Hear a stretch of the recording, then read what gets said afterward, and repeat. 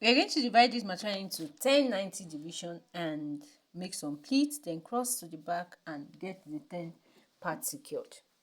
Roll it around the 90 part and secure down with an office pin. Now we have the 90 part left where we'll be working with it at the front. So I'm here taking down the 10 parts with an office pin. So when we get to the front, we're going to pleat, rough pleat down and taking it round the head. Remember, I already made the pleats before I cross at the back.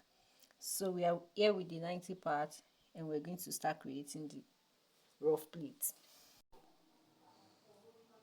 So I'm going to stretch out the 90 part like this and begin to fold in to make the rough pleat. So when you pick one pleat, the other automatically follows and you arrange well.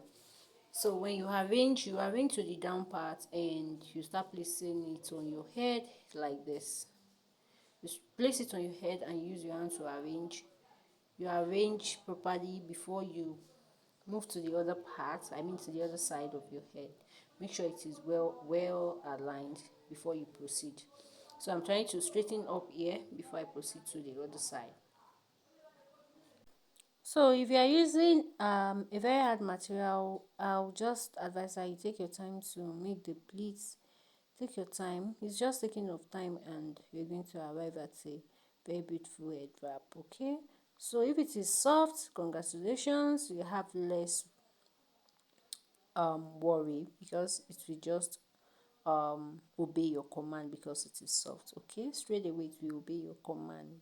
So here we are. You can see I'm almost done. So let's fast forward to where I will direct it to the back and take the other part forward.